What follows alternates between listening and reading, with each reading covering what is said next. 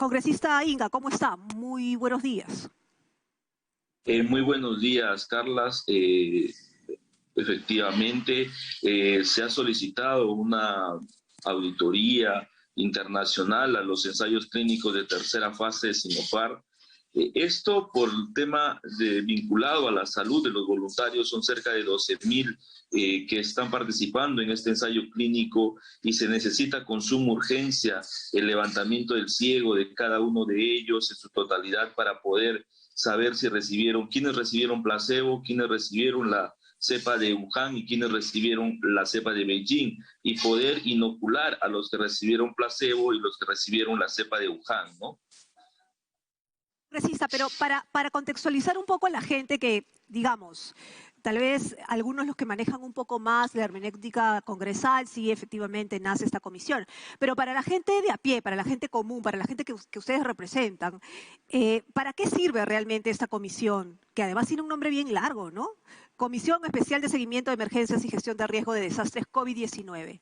¿Para qué está creada básicamente esta comisión? Esta comisión está creada para hacer el seguimiento de las diferentes acciones que emprende el Ejecutivo en la lucha contra, en este caso en particular, contra la COVID-19, ¿no? O contra cualquier emergencia. En realidad es la comisión, pero estamos abocados al tema de la emergencia sanitaria por la COVID-19. Y en virtud de eso, es una comisión que se encarga del seguimiento de las diferentes acciones. Hemos estado siguiendo muy de cerca el tema de la falta de oxígeno, hemos impulsado la ley del oxígeno medicinal, hemos estado muy de cerca viendo la necesidad de las camas UCI, el tema de la importancia del personal de salud, hemos impulsado la ley de la doble percepción al tener la falta de personal médico. Entonces, hemos estado haciendo un seguimiento muy de cerca a las diferentes acciones, como también en el tema de la compra de las vacunas, entre otras, ¿no? Ahora, pero, pero hay cosas que el Congreso no puede hacer respecto al COVID y cosas que sí, por ejemplo, ¿no? El tema del personal, por ejemplo, cosas que han podido hacer desde hace un año atrás y no lo han hecho. ¿Por qué ahora sí? Carla, estas acciones las venimos realizando desde la creación de la comisión. Hemos estado, como te decía, impulsando, por ejemplo, la ley del oxígeno medicinal, que se utilice a partir del 93% de pureza, como es la recomendación de la Organización Mundial de Salud o la Organización Panamericana de la Salud. O también hemos visto el tema del mantenimiento de las plantas de oxígeno, porque en la primera ola se encontró un sinnúmero de plantas que estaban inoperativas y que como no había una necesidad grande de oxígeno, quizás no se prestaba la atención debida. Esto hemos impulsado desde el Congreso de la República y en particular desde esta comisión. También referente al personal de salud, por ejemplo, hemos impulsado la ley de doble percepción para poder tener, a raíz justamente de la falta de personal de emergencia o de camas UCI también que atiendan, se ha impulsado esta norma, ¿no? Ok, ahora vayamos a hablar precisamente sobre esta auditoría internacional para los ensayos que no afectará las negociaciones, que es la gran preocupación. Es cierto que los voluntarios, hay voluntarios que no saben qué va a pasar con su futuro, y esa es la gran preocupación, porque lo que se les mencionó es que no se contaba con las vacunas suficientes para inocularlos, a pesar de que ellos habían recibido esa promesa, si es que habían recibido el placebo. Sí, aquí lo que estamos haciendo es, que solicitamos, exhortamos al Ejecutivo a la realización de una auditoría internacional, porque es importante, en principio, conocer la eficacia de la vacuna en los ensayos realizados en el país y también, por sobre todo, ver que este resultado sea válido y sea reconocido. Ese es uno de los temas. Lo otro es importante que la Universidad Cayetano Heredia pueda cumplir con el protocolo establecido para este ensayo clínico que ellos mismos propusieron como patrocinadores, y se pueda hacer un informe provisional lo más pronto posible, cumpliendo los parámetros que esto exige, y se pueda levantar el ciego, mejor dicho, saber ya quiénes recibieron placebo, quiénes recibieron la cepa de Wuhan y quiénes la de Beijing, y se pueda de una vez inocular para solicitar el permiso necesario para la importación, como lo habías comentado, que había un compromiso de parte de la patrocinadora de inocular a quienes habían recibido placebo. Y en esta oportunidad también se tiene que inocular a quienes recibieron la cepa de Wuhan por el bajo nivel de eficacia que esta cepa se ve que ha sido resultado en el país, ¿no?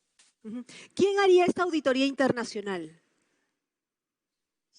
El tema de la auditoría internacional, porque será que en el país pues se ha tenido serias complicaciones con este ensayo clínico, personal ligado al ensayo clínico, los investigadores, el personal de la universidad, del patrocinador, el personal del Instituto Nacional de Salud, personal de la DIGEMIT, ha sido inoculado con esta parte de un lote de 3.200 dosis que llegaron al país como parte del ensayo clínico, lo cual se dio de forma irregular porque no se pidió el permiso necesario, no se informó a la autoridad nacional respectiva y tampoco se contó con el permiso del registro sanitario para poder inocular o utilizar estas dosis, y ello todo ha generado un conflicto de intereses definitivamente, y para esclarecerlo, dada la polarización en esta materia, se necesita una opinión externa, ¿no? Que no esté ligada al ensayo clínico. Ok, congresista, yo entiendo que sí, efectivamente hay cuestionamientos que hacer a personal de estas instituciones, pero per se, digamos, el proceso tendría que viciarse. Es decir, al pedir esta auditoría internacional, ¿no estarían de alguna manera dejando de lado o invalidando el proceso hecho en nuestro país? ¿No es un poco peligroso?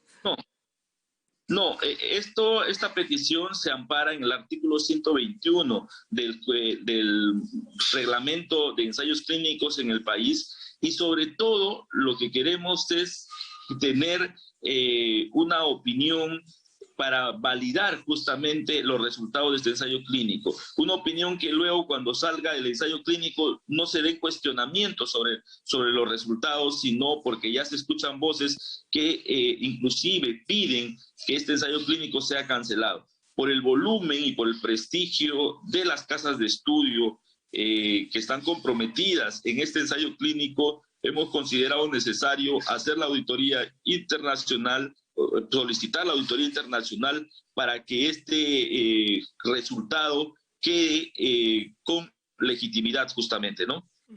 Y ustedes ya tienen, de alguna manera, previsto quién sería, qué empresa, o sea, ¿lo tienen previsto? En el mundo existen muchos, creo que son instituciones que se encargan de hacer la vigilancia en ensayos clínicos. Si bien es cierto, no es un número muy grande, pero sí existen en el mundo que se dedican justamente a hacer auditorías de este tipo. Hubiésemos preferido que lo haga instituciones como la Organización Panamericana de la Salud, pero desgraciadamente ha mostrado su negativa a querer participar en una auditoría como esta, según nos ha informado el Instituto Nacional de Salud, ¿no? Ahora, este gasto, porque es un gasto finalmente, porque claro, esta auditoría internacional se paga, la va a pagar el Estado peruano. Le pregunto esto porque al final, si es que el Estado peruano o el Ejecutivo hace este estudio, ¿no es cierto?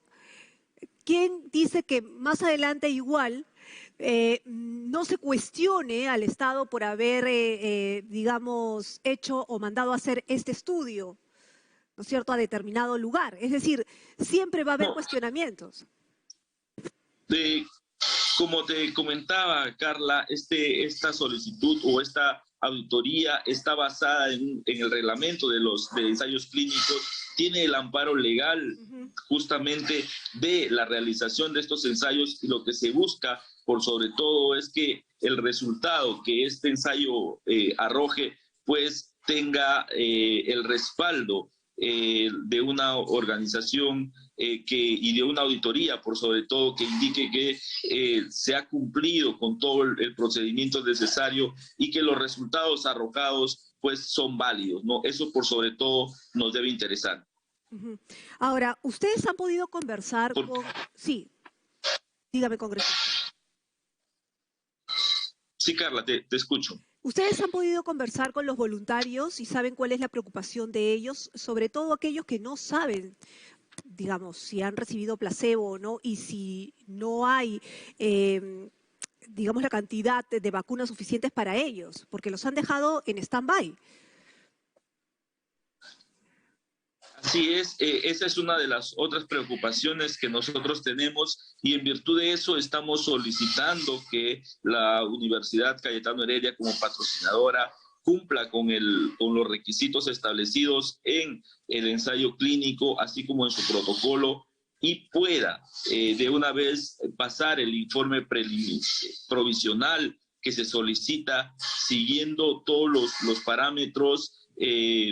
Por ejemplo, en el informe previo que se había realizado, se daban datos solo de los voluntarios de la parte de la universidad, del Instituto de Investigación de la Universidad Cayetano Heredia y no del Centro de Investigación de San Marcos. Entonces, lo que se necesita es que la muestra sea una muestra homogénea, se debe cumplir con esos parámetros y solicitar al Instituto Nacional de Salud el permiso necesario para que se pueda importar las vacunas para los 8,000 voluntarios que recibieron tanto el placebo como la cepa de Wuhan, ¿no? Que tienen que ser inoculados de manera pronta, que eso es lo que buscamos. Pero ustedes han podido conversar con algún grupo de voluntarios, es decir, ¿conocen de primera mano la situación? Hemos recibido diferentes, no en grupo, pero sí de forma individual, de varios voluntarios del ensayo clínico que tienen una queja de no recibir la atención de la Universidad Cayetano Heredia, que muchos de ellos manifiestan haber contraído el COVID y no ser atendidos conforme se les había indicado cuando firmaron su consentimiento, el consentimiento para participar en este voluntariado. ¿Cuántos casos hay? Esto también hace que muchos han solicitado el levantamiento del ciego de forma individual, pero no entendemos por qué a algunos sí se ha levantado el ciego y a otros no. Y sobre todo, por qué la demora en la entrega de toda esta información para solicitar el permiso para las dosis respectivas, ¿no? Pero, congresista, esto sí sería grave. O sea, esto sí sería grave si realmente hay participantes que están presentando casos de COVID y no tienen acompañamiento médico. Eso era parte justamente de este documento firmado. Ellos recibían un seguro para ser atendidos. ¿Cuántos casos de estos hay como respaldo, digamos, a la decisión o al pedido que ustedes están haciendo? Los casos que nos han llegado a nuestros despachos son alrededor de 4 que han manifestado los voluntarios que no han sido atendidos, nos han enviado sus pruebas COVID, inclusive cuando salieron positivos, indicando que no se han atendido, que no han sido atendidos por la universidad. Esto también estamos viendo para poder conversar con la universidad como patrocinadora. Si bien es cierto que hay un contrato privado entre Sinopharm y la universidad, pero aquí está de por medio la salud de los peruanos y eso, de estos 12,000 voluntarios por sobre todo, y eso tenemos que, como Congreso de la República, velar por ellos, ¿no? Le voy a leer un tuit, ¿ya? Un tuitero escrito respecto al trabajo de la comisión. Con todo respeto se lo voy a leer, porque es su opinión finalmente, ¿no? A los que ustedes representan. Y además es un voluntario, ¿no? Dice, esta comisión es una pérdida de tiempo. Solo hacer figuretismo y poner cabes, vacuna china, se usa en varios países y no han reportado efectos secundarios, incluso aquí en el Perú. ¿Qué le diría? Bueno, respetamos la opinión, pero no la compartimos. Estamos haciendo un seguimiento serio, no estamos buscando poner trabas a las gestiones que pueda realizar el Ejecutivo. No es verdad que no se han dado casos referente a la vacunación. Podemos hablar de la vacunación de la fase 1, que han habido diferentes médicos, enfermeras, que están en este momento en camas UCI. Tenemos una enfermera que ha fallecido en la ciudad de Iquitos después de haber recibido la primera dosis de esta vacuna, que está en investigación este tema. Hay otra que se encuentra en cuidados intensivos también. Entonces, hay una serie de casos que se está investigando. No es verdad tampoco que la vacuna Sinopharm haya sido vendida a muchos países en el mundo o en América Latina sobre todo. El primer país que compró la vacuna y que llegó a inocular con vacuna Sinopharm fue el Perú. Tenemos solo Bolivia y Argentina. Las demás, Chile, por ejemplo, hablan, pero es Sinovac, no es Sinopharm. Entonces, y tampoco esta comisión pone trabas a la adquisición de vacunas. Acá lo que hay que ver es que Sinopharm tiene que cumplir con el registro sanitario condicional y consideramos que ello va a permitir que se pueda seguir adquiriendo esta vacuna, pero si Sinopharm no cumple con los requisitos establecidos para el registro sanitario condicional, de verdad no veo prudente una compra, ¿no? Ok, muchísimas gracias, congresista. Quedó clarísimo su punto de vista respecto a las vacunas Sinopharm y esa solicitud de auditoría internacional para ensayos que para él no afectaría las negociaciones, pero claramente podría que sí, ¿no? Muy bien, congresista Leonardo Inga, presidente de la Comisión Especial de Seguimiento de Emergencias, de Gestión de Riesgo de Desastres COVID-19. Vamos a hacer